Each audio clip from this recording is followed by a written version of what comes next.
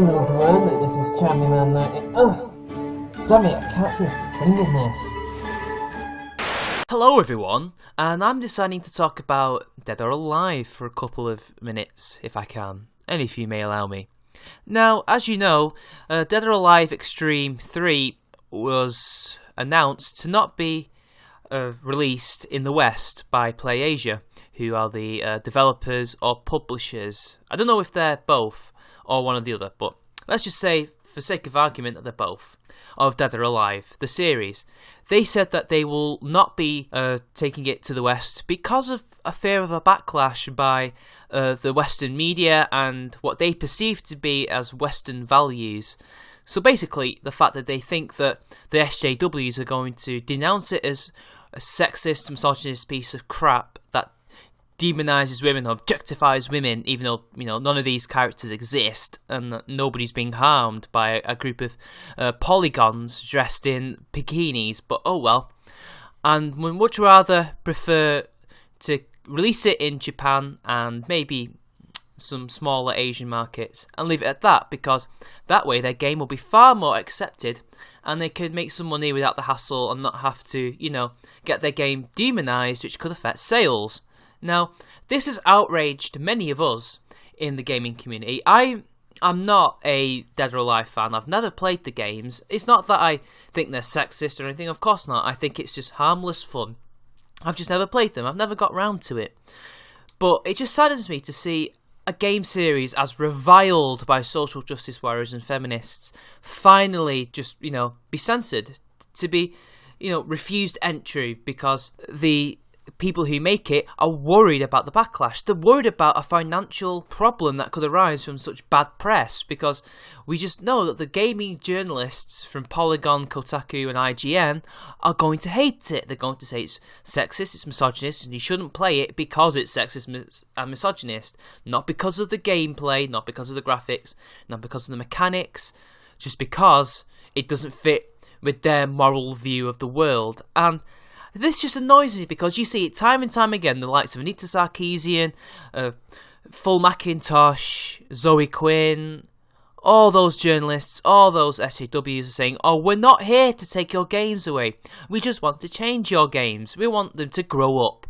Well, you claim to be not against us, to not want to take our games away, yet there you are, happily celebrating that Dead or Alive will no longer be coming to the West.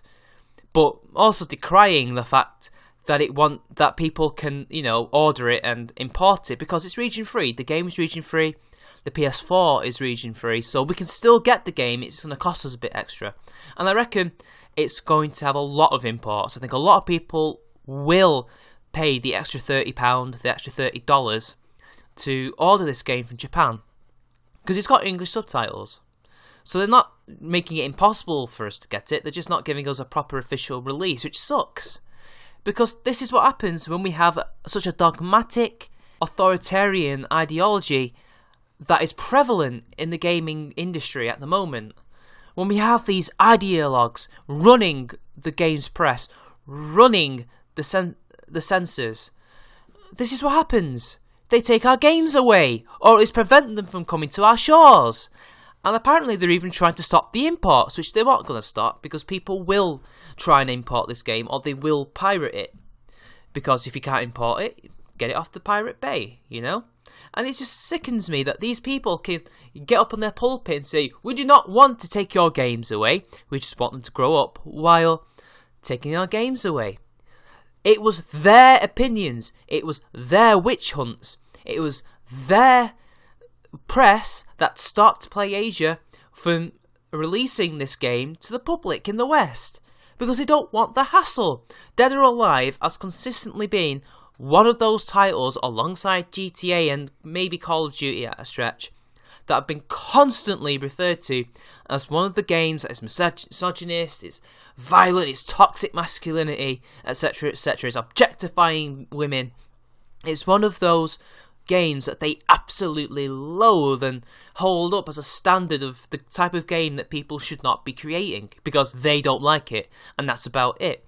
And PlayAsia, the SAWs are blaming them, saying that, oh well, they shouldn't have just keeled over backwards.